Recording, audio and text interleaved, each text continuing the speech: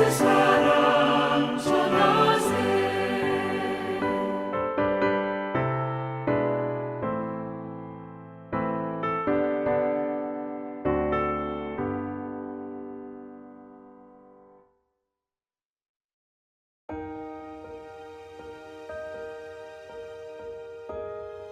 내가 또 보니 힘센 다른 천사가 구름을 입고 하늘에서 내려오는데 그 머리 위에 무지개가 있고 그 얼굴은 해 같고 그 발은 불기둥 같으며 그 손에는 펴놓인 작은 두루마리를 들고 그 오른발은 바다를 밟고 왼발은 땅을 밟고 사자가 부르짖는 것 같이 큰 소리로 외치니 그가 외칠 때에 7 우레가 그 소리를 내어 말하더라.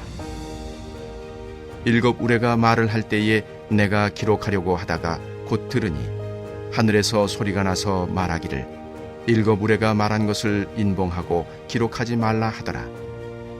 내가 본 바 바다와 땅을 밟고 서 있는 천사가 하늘을 향하여 오른손을 들고 세세토록 살아계신 이 곧 하늘과 그 가운데에 있는 물건이며 땅과 그 가운데에 있는 물건이며 바다와 그 가운데에 있는 물건을 창조하신 이를 가리켜 맹세하여 이르되 지체하지 아니하리니 7째 천사가 소리내는 날 그의 나팔을 불려고 할 때에 하나님이 그의 종 선지자들에게 전하신 복음과 같이 하나님의 그 비밀이 이루어지리라 하더라.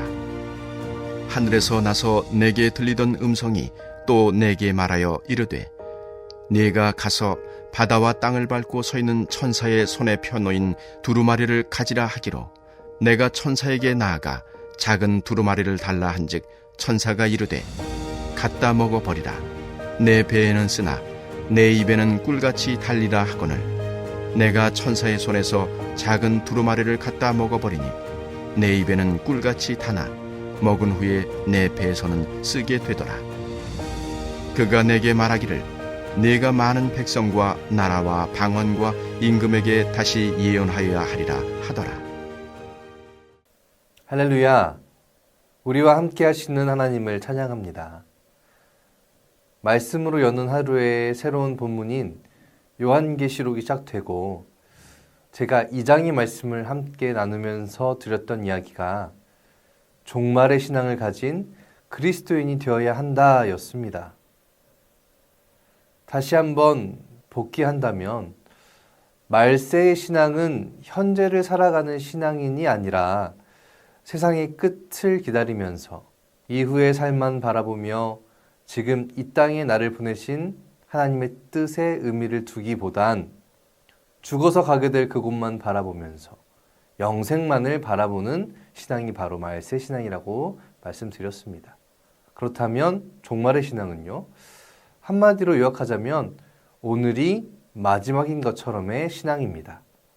우리가 잘 아는 코람데오의 신앙이 바로 종말 신앙이지요. 하나님 앞에서 오늘이 마지막인 것처럼 살아가는 것이 바로 요한계시록이 우리에게 전해주고 싶어하는 신앙의 메시지라고 말씀드렸습니다. 요한계시록은 말세 신앙으로 읽는다면 판타지 소설같이 느껴지고 종말 신앙으로 읽으면 현재를 살아가는 우리에게 하나님을 대적하는 세상을 향한 신앙인의 결단과 삶에 대한 이야기로 읽혀질 것인데요. 오늘 말씀도 바로 그 지점에서 본다면 이 세상의 권력자들로부터 신앙과 삶을 지키고 또 살아내야 하는 성도를 향한 하나님의 계시를 통한 위로와 힘을 주고자 함을 볼 수 있겠습니다.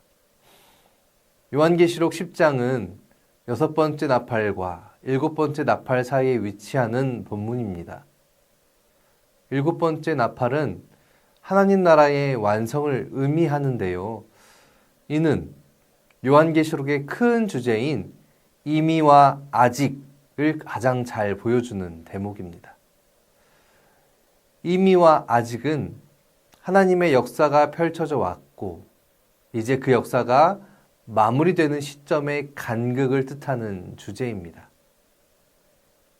그러니까 예수 그리스도를 통해 보여진 이미 온 하나님 나라와 이제 온 세상을 완전히 통치하실 하나님 나라의 도래, 그 사이를 말하는 것인데요.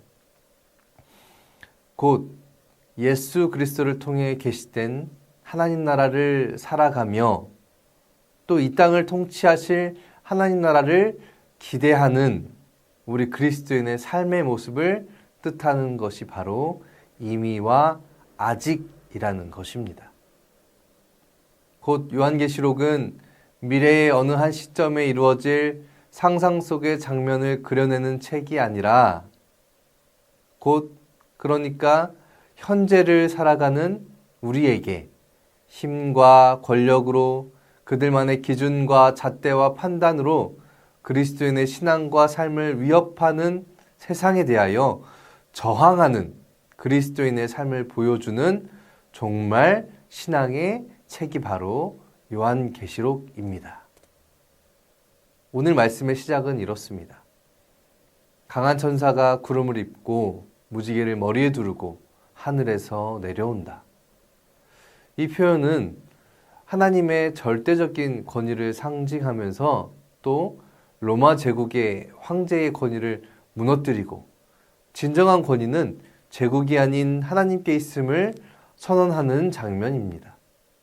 또 한 발은 바다에 있고 다른 한 발은 땅을 밟고 있다는 모습은 하나님의 권위가 한낱 인간의 권력 따위보다 전 우주적임을 보여주며 세상의 지리적, 정치적 영향력을 뛰어넘는 온 땅을 통치하실 하나님임을 시사하는 것입니다. 일곱 우레, 일곱 천둥이 소리를 내지요. 하나님의 말씀은 인간의 어떠한 큰 소리보다 강력하고 웅장하며 또 심장을 요동치게 만드는 힘이 있습니다. 그러나 이 말씀은 참으로 비밀스럽습니다. 아주 감추어져 있습니다. 왜일까요? 하나님의 통치를 온전히 이해하려는 인간의 헛된 시도가 아니라 그 말씀을 그대로 듣고 실천하며 하나님의 통치를 완전히 신뢰하라는 것입니다. 그래서 감추어진 말씀인 것이지요. 천사는 무엇이라 말합니까? 지체하지 아니하리니. 세번역 성서는 때가 가까이 왔다 라고 말합니다. 네, 하나님의 온전한 통치의 시대가 가까이 오고 있다는 것입니다. 그때가 되면 하나님이 예언자들을 통해 하신 말씀대로 하나님의 비밀이 이루어질 것이다 라고 성서는 말하는 것인데요. 하나님의 비밀이 무엇입니까? 예언자들을 통해 보이신 하나님의 뜻이 무엇입니까? 하나님은 구약 성서를 통해 그리고 예언자들을 통해 줄곧 이렇게 말씀하셨습니다. 생명을 사랑해야 한다. 그 사랑은 사회의 약자들을 통해서 더욱 보다 분명히 드러났습니다. 특히 고아와 과부, 나그네 된 자들에 대해서 하나님은 계속해서 율법으로 사랑에 대한 의지를 우리에게 보여주셨습니다. 이 사회적 약자들이 왜 생겨났습니까? 율법에 의해, 정치적 계산에 의해서 가난하고 병들고 갖은 이유로 고아와 과부가 되어지고 집과 고향을 잃은 나그네가 되었으며 전쟁으로 인해 떠돌이, 불황자가 되고 난민이 되어버렸습니다. 세상이 죄인 만든 이 생명들에 대해 하나님은 성도의 책임으로 거룩한 성도로서 그 책무를 그들에게 계속해서 사랑해야 한다고 말씀하셨지만 오히려 이스라엘 백성은 히브리 노예였던 그 과거를 잊고 그 죄인을 다시 한번 율법으로 핍박하였습니다. 곧 하나님은 세상의 죄인으로 살아가는 많은 생명들을 구속하기 위해 예수 그리스도를 보내실 수밖에 없었던 것이지요. 이것이 바로 비밀입니다. 하나님의 구속의 역사. 그러니 이루어질 하나님의 나라는 어떤 곳일까요? 그 비밀이 이루어지는 그곳은 어떤 곳이겠습니까? 하나님의 통치가 이루어지는 그곳은 더 이상 세상의 통치가 아니고 세상의 잣대로 평가되어지지 않으며 온전히 생명을 지닌 자들을 위한 하나님의 형상의 회복이 이루어지는 곳, 하나님 나라의 완성입니다. 예언자들을 통해 보이신 하나님의 뜻은 바로 하나님 나라의 완성, 생명의 숨결이 넘치고 사랑과 평화가, 정의와 공의가 넘실대는 곳입니다. 그래서 그러한 비밀에 담겨 있는 하나님의 통치가 이루어질 말씀이 적혀 있는 그 작은 두루마리를 먹으면 어떻게 된다고 오늘 성서는 이야기하는지요. 입에서는 꿀같이 달겠으나 배에서는 쓸 것이다 라고 말합니다. 왜일까요? 오늘 본문과 같이 에스겔 2장 3장을 보면 하나님께서 두루마리를 에스겔 선지자에게 먹이시는 장면이 나옵니다. 이는 그리스도인의 예언자적 소명을 보여주는 장면인데요. 하나님의 말씀을 먹고, 그러니까 하나님의 말씀을 내면화하고 그것을 세상에 선포할 책임을 나타내는 것이지요. 입에서는 꿀같이 달겠으나 배에서는 쓰다. 하나님의 말씀을 먹을 때에는 기쁨과 만족이 넘치지만 그 말씀이 체화되어 삶으로 살아내야 될 때는 고통스럽다는 것입니다. 세상의 억압과 폭력 속에서 그리스도인의 삶은 하나님의 정의와 평화를 선포하며 사랑하며 살아가야 하는 것은 정말로 어렵고 힘든 일이기 때문입니다.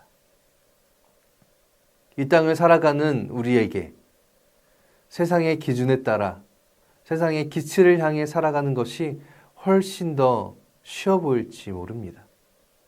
그것을 따라 살아가는 것이 훨씬 안전하고 또 안락한 삶일지 모르겠습니다.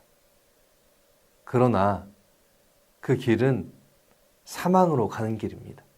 그 길은 하나님의 형상을 잃어버리고 온갖 욕망과 욕구에 점철되어 버린 삶, 우상 숭배로 나 자신을 잃어버린 삶입니다. 하나님의 말씀을 먹고 그 말씀이 체화되어 하나님의 뜻을 이루는 삶이야말로 진정한 삶입니다.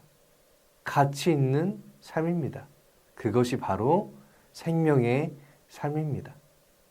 고통과 고난이 수반되지만 어렵고 힘들며 외롭고 고단한 삶이지만 그러나 그것이 이 땅에 이루어질 하나님 나라를 기대하며 살아가는 정말 신앙의 삶, 참 그리스도인의 삶이기 때문에 우리는 이 삶을 살아내고자 부단히 노력하고 발버둥치며 세상의 권위와 권력을 넘어서시는 하나님을 더욱 의지하고 붙들어야 하겠습니다. 마지막으로 하나님은 바로 이것을, 이러한 비밀을 다시 예언해야 한다고 말씀하십니다. 이전에 이스라엘에게만 했던 예언을 이제 세상을 향해 선포해야 한다고 말씀하시죠. 이스라엘에게 국한된 그 하나님의 뜻이 아니라 이제는 온 열방을 향해 이 땅에 이루어질 하나님 나라를 위해 회개하고 복음을 받아들이고 참된 그리스도인의 삶, 정의와 평화가 사랑이 넘치는 삶을 살아내야 한다고 드러내고 보여주어야 한다고 오늘 우리에게 하나님은 당부하십니다. 요한계시록은 읽기에 참 어려운 책이지만 그러나 요한계시록이야말로 이 세상을 살아가는 그리스도인에게 가장 위로와 힘을 주는 책은 없는 것 같습니다. 세상의 힘센 권력 앞에 고난과 고통이 올지라도 오직 하나님만 붙들고 살아가야 한다.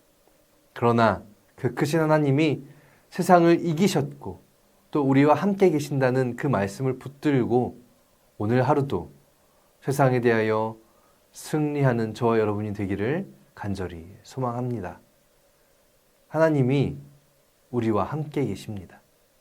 그 하나님은 온 우주를 만드시고 통치하시며 그 크신 손길로 우리의 손을 단단히 붙잡고 계시는 이심을 믿으시기 바랍니다. 우리 모두 세상을 향해 담대히 하나님 나라를 선포하기를, 그렇게 참 그리스도인으로 바로 서기를 주님의 이름으로 축원합니다. 이 시간 함께 기도하길 원하는데요. 첫 번째는 이미 왔고 또 오실 하나님 나라를 기대하며 이 세상과의 전쟁에서 승리하는 우리 모두가 되기를 소망합니다. 두 번째는 정의와 평화를 사랑을 선포하고 드러내며 삶으로 살아내는 참 그리스도인이 되어 이 땅을 변화시키는 데에 앞장서는 우리 전주 안디옥 교회가 되기를 소망합니다.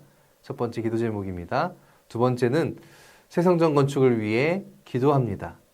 건축 심의 날짜가 하루빨리 잡히게 하시고 잘 보완하고 수정하여 흠이 없게 하시며 모든 심의위원들의 마음을 붙잡으시고 인도하셔서 새 성전 건축을 향한 발걸음에 지체 없이 순적하게 이루어지길 소망합니다. 우리 기도 제목들 가지고 함께 기도하겠습니다.